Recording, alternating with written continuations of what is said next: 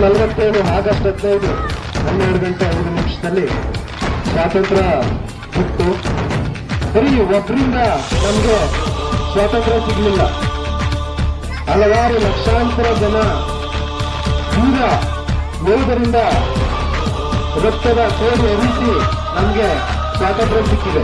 ಉದಾಹರಣೆಗೆ ಕ್ರಾಂತಿಕಾರಿ ಭಗತ್ ಸಿಂಗ್ ಬರೀ 17 ವರ್ಷಕ್ಕೆ ಭಗತ್ ಸಿಂಗ್ ರವರು ಹೋರಾಟಕ್ಕೆ ಮುನ್ನುಗ್ತಾರೆ.